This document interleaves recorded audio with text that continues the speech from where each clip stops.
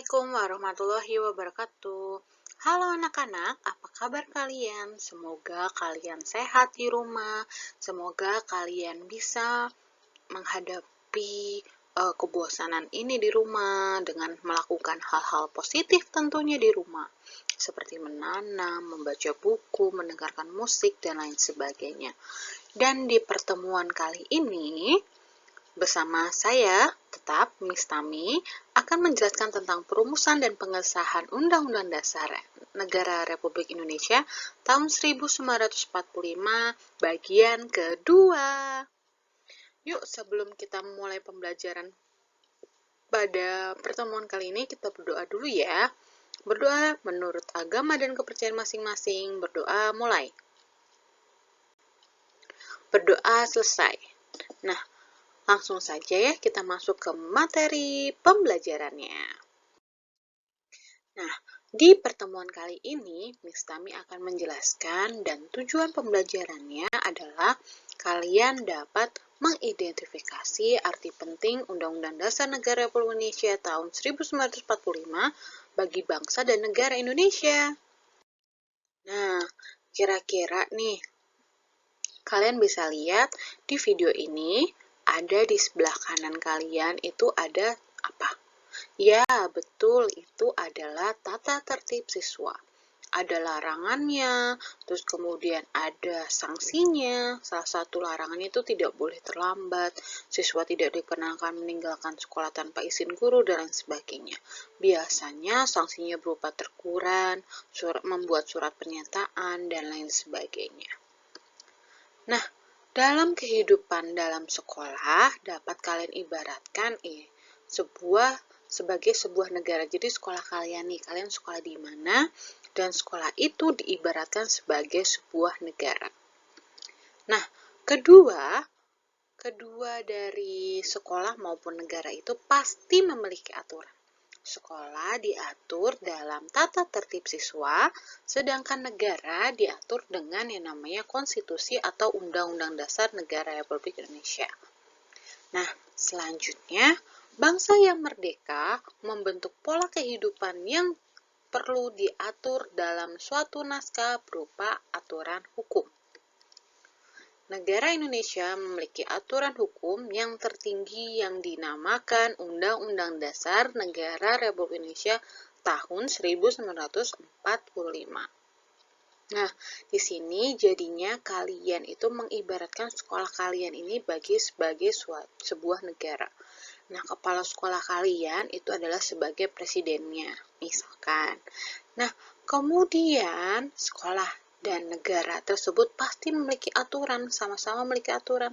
Kalau sekolah itu tentang tata tertib siswa, kalau negara itu biasanya disebut dengan konstitusi. Nah, untuk apa tata tertib siswa dan konstitusi tersebut? Ya tentu saja untuk membentuk pola kehidupan yang perlu diatur dalam suatu naskah. Supaya apa sih? Supaya tidak ada semena-mena, baik itu pemerintah maupun rakyat, seperti itu. Nah, di slide selanjutnya, kita akan membahas tentang Undang-Undang Dasar Negara Republik Indonesia tahun 1945. Nah, undang-undang ini berisi tentang aturan dasar kehidupan berbangsa di Indonesia. Nah, undang-undang dasar ini merupakan hukum tertinggi dan fundamental sifatnya. Nah, kemudian sebabnya apa? Sebabnya karena merupakan sumber legitimasi atau landasan bentuk peraturan perundang-undangan di bawahnya. Nah, sehingga peraturan di bawahnya itu peraturan perpres, undang-undang, perpu, dan lain sebagainya itu tidak boleh bertentangan dengan yang namanya Undang-Undang Dasar Negara Republik Indonesia tahun 1945. Nah, selanjutnya ada apa sih yang harus dilakukan sebagai warga negara Indonesia terhadap Undang-Undang Dasar Negara Republik Indonesia tahun 1945? Apa yang harus kita lakukan? Apa ya? Kira-kira apa nih? Anak-anak bisa menjawab pertanyaannya, Miss? Nah, kita sebagai warga negara itu ya jelas saja harus yang namanya patuh terhadap Undang-Undang Dasar. Nah, untuk apa? Untuk menciptakan masyarakat yang tertib dan teratur. Jadi, misalkan semua warga negara nih di Indonesia itu patuh terhadap undang-undang, maka akan terciptanya masyarakat yang tertib dan teratur gitu. Nah, selanjutnya, tidak ada lagi nih yang namanya perang antar suku atau perang antar daerah, demo-demo nih, nggak ada nih namanya seperti itu. Dan tidak ada pula yang namanya suara rakyat itu bisa dibeli dengan uang. Jadi semuanya itu harus seperti yang namanya undang-undang. Tidak ada money politik, tidak ada korupsi, dan tidak ada hal-hal lainnya. Nah, makanya itu kalau misalkan kita patuh terhadap Undang-Undang Dasar, kita bisa nih sesuai dengan pembukaan Undang-Undang Dasar alinea yang kedua, yaitu cita-cita bangsa Indonesia menjadi masyarakat yang adil, makmur, sejahtera, dan lain sebagainya. Nah, selanjutnya di slide berikutnya, ini tidak ada ya. Nah, peran tokoh perumus Undang-Undang Dasar Negara Republik Indonesia.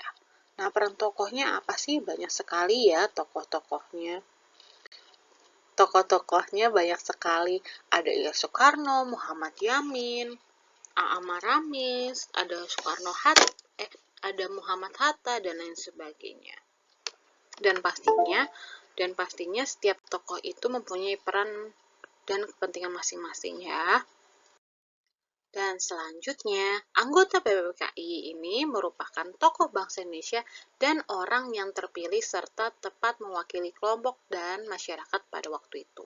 Jadi ceritanya kan tidak semua masyarakat Indonesia itu dapat menjadi satu, dapat hadir pada rapat tersebut.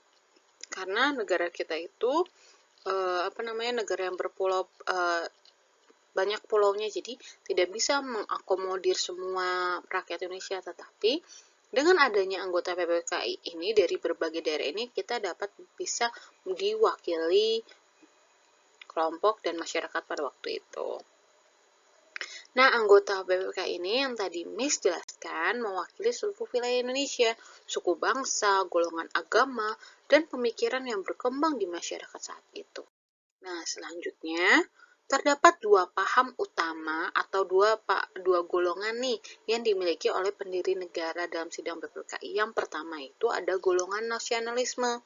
Apa sih ini nasionalisme? Yaitu golongan ini menginginkan negara Indonesia yang akan dibentuk negara nasionalis atau negara kebangsaan. Sedangkan satu lagi, golongan agama menginginkan negara Indonesia didasarkan pada salah satu agama, terutama agama Islam ya.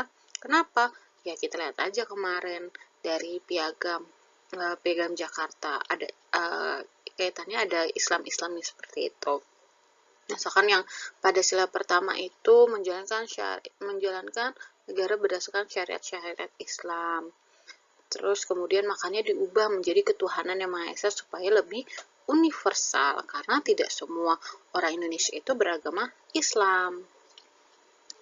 Nah, dari kedua golongan ini, baik itu nasionalisme dan agama itu, tidak menimbulkan yang namanya perpecahan di antara anggota PPKI. Sebab apa?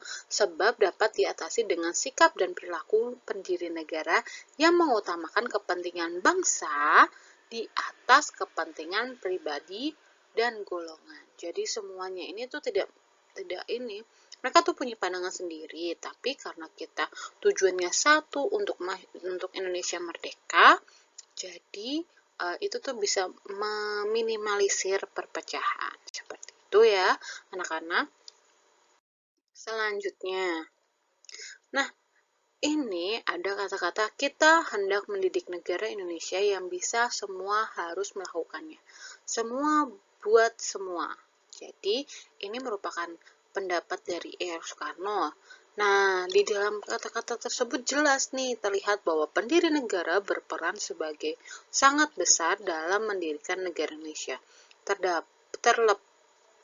Terdapat dari para pendiri negara tersebut memiliki latar belakang suku dan agama yang berbeda-beda. Tetapi mereka tetap satu kan? Mereka bisa menghasilkan Pancasila, Undang-Undang Dasar, dan lain sebagainya. Terutama kita bisa merdeka karena mereka. Nah, ini mereka tidak menekan pada agama tertentu, suku tertentu, tapi apa? Tetapi kita bertekad semua masyarakat Indonesia itu bertekad untuk apa? Untuk merdeka, seperti itu. Nextnya. Nah, dalam persidangan PPKI, para tokoh pendiri negara memperlihatkan kecerdasan, kecermatan, ketelitian, tanggung jawab, rasa kekeluargaan, toleransi, dan penuh dengan permufakatan dalam setiap pengambilan keputusan. Jadi, pengambilan keputusan ini berdasarkan kata mufakat, musyawarah mencapai mufakat.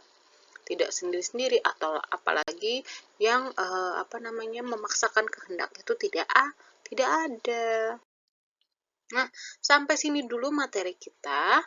Jika ada pertanyaan silakan chat di kolom di bawah atau kalian bisa DM di my Instagram @tamipbi, M-nya 2 ya, or di on email kalian bisa email di utamif370@gmail.com. Jika tidak ada pertanyaan, Miss Tami ucapkan terima kasih. Nah, semoga video ini bermanfaat untuk kalian. Kalian bisa belajar dari sini. Nah, jangan lupa videonya untuk di-like, comment, share, and subscribe. Nah, terima kasih. Mohon maaf apabila Miss Tami masih banyak kekurangan. Oh iya, Miss Tami juga menerima loh saran dan kritiknya. Silahkan komen di kolom atau kalian bisa chat my Instagram. Nah, Miss Tami tutup. Wassalamualaikum warahmatullahi wabarakatuh.